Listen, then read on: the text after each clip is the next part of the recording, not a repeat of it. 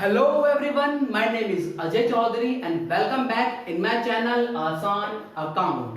Student, इससे पहली वाली वीडियो में हमने देखा था पार्टनरशिप क्या होती है, पार्टनरशिप डीड क्या होती है and Indian partnership act 1932 and उसके रूल्स। सो अगर आपने वो वाली वीडियो नहीं देखी है सो आई इंसिस्ट कि आप वो वाली वीडियो जरूर देखें। बहुत ही छोटी सी वीडियो है, बहुत ही इफेक्टिव वीडियो है। आप उस वीडियो को देखकर इस चैप्टर से इजीली कनेक्ट हो जाओगे।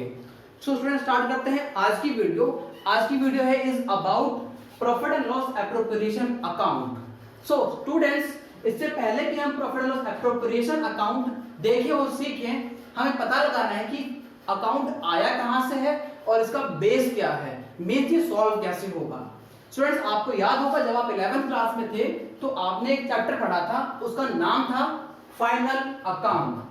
फाइनल अकाउंट के अंदर आपने पढ़ा था ट्रेडिंग अकाउंट, जिससे हमें मिला था ग्रॉस प्रॉफिट। उसके बाद आपने पढ़ा था प्रॉफिट एंड लॉस अकाउंट, जिससे हमें मिला था नेट प्रॉफिट एंड देन बनाया था आपने बैलेंस शीट। जी हां दोस्तों, ये वही बैलेंस शीट है जिसका बैलेंस आपसे मैच नहीं हुआ था और आपने एक साइड से उठाकर दूसरी साइड कॉपी कर दिया था, है ना? I know it. खैर, आगे चलते हैं।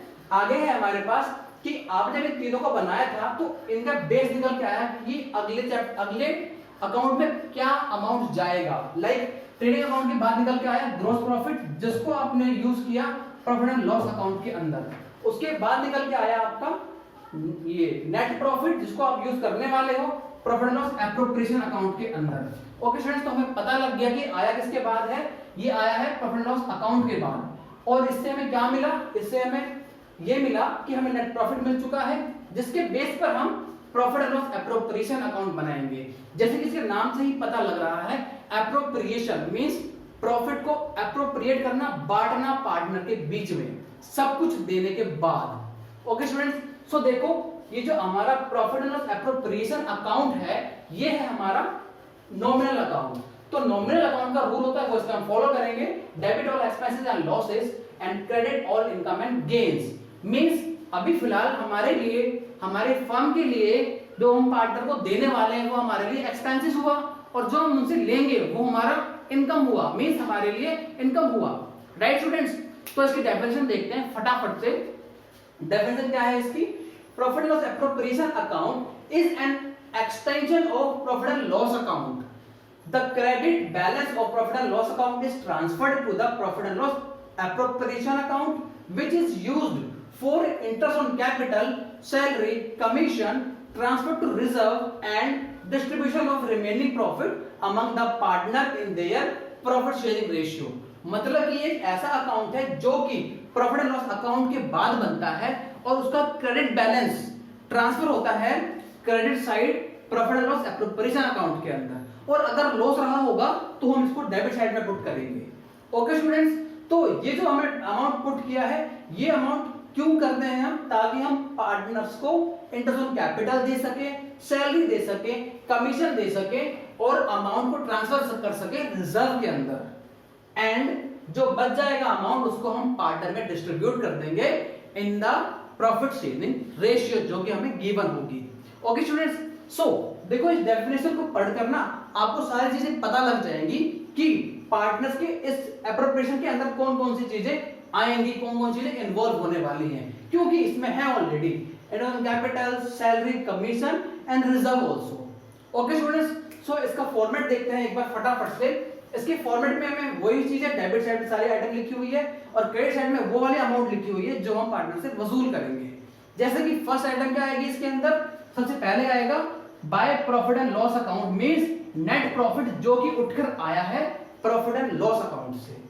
ओके स्टूडेंट्स, उसके बाद जो हम पार्टनर को पे करने वाले हैं वो चीजें लिखेंगे इसके अंदर। जैसे कि इंटरेस्ट ऑन कैपिटल हम पार्टनर को जो भी देंगे, सैलरी देंगे पार्टनर को हम कमीशन प्रोवाइड करेंगे, रिजर्व हमें दिया होगा ट्रांसफर करने के लिए क्वेश्चन में, एंड देन उसके बाद हम इंटरेस्ट ऑन ड्रॉइंग चार्ज करेंगे पार्टनर से पूरे ईयर का। उसके बाद जो अमाउंट बच जाएगा टोटलिंग करने के बाद वो हम पार्टनर्स में ट्रांसफर कर देंगे, पार्टनर्स को दे देंगे in the profit sharing ratio.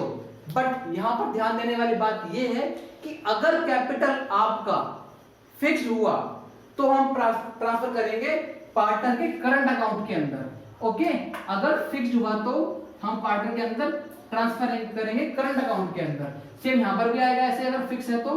लेकिन अगर फ्लक्चुएटिंग कैपिटल हुई तो हम ट्रांसफर करेंगे पार्टनर के कैपिटल अकाउंट के अंदर। ये रहा हमारा पार्टनर कैपिटल अकाउंट दोनों का, इसके अंदर हम वो वाला अमाउंट ट्रांसफर कर देंगे। अगर फ्लक्चुएट हुई कैपिटल तो ध्यान रखना क्वेश्चन के अंदर ऐसी चीजें आएंगी जो आपको कंफ्यूजन क्रिएट करेंगी। ओके स्टूडेंट्स, तो ये था हमारा बेसिक सा फॉर्मेट। बट आप इसमें चीजें देखोगे जो मैंने डेफिनेशन बनाई है, यहाँ पर जो डेफिनेशन निकाली जो लिखी हुई है उसके अंदर जो चीजें हैं वो एज इट इज इसके अंदर है। मींस अगर आपको डेफिनेशन लर्न हो गई तो आपको अप्रोप्रिएशन अकाउंट का फॉर्मेट इजीली याद हो जाएगा।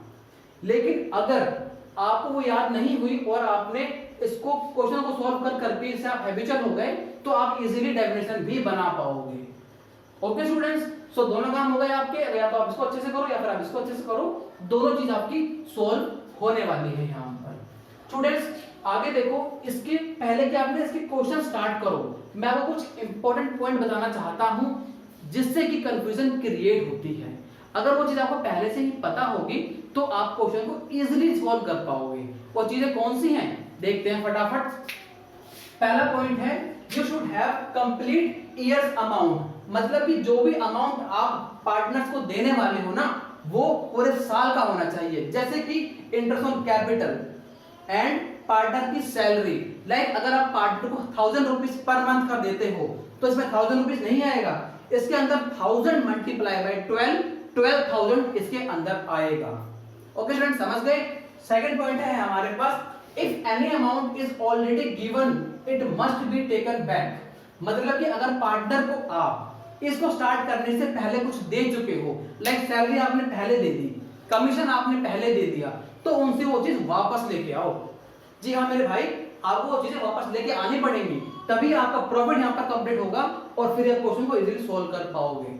ठीक है स्टूडेंट्स, थर्ड है हमारे पास if you have any adjustment related to the profit and loss account it should be done before making profit and loss appropriation account, मतलब कि अगर आपके पास ऐसी कोई भी एडजस्टमेंट है जो कि प्रॉफिट एंड लॉस अकाउंट से रिलेटेड है तो इसको बनाने से पहले उसको सॉल्व करना पड़ेगा।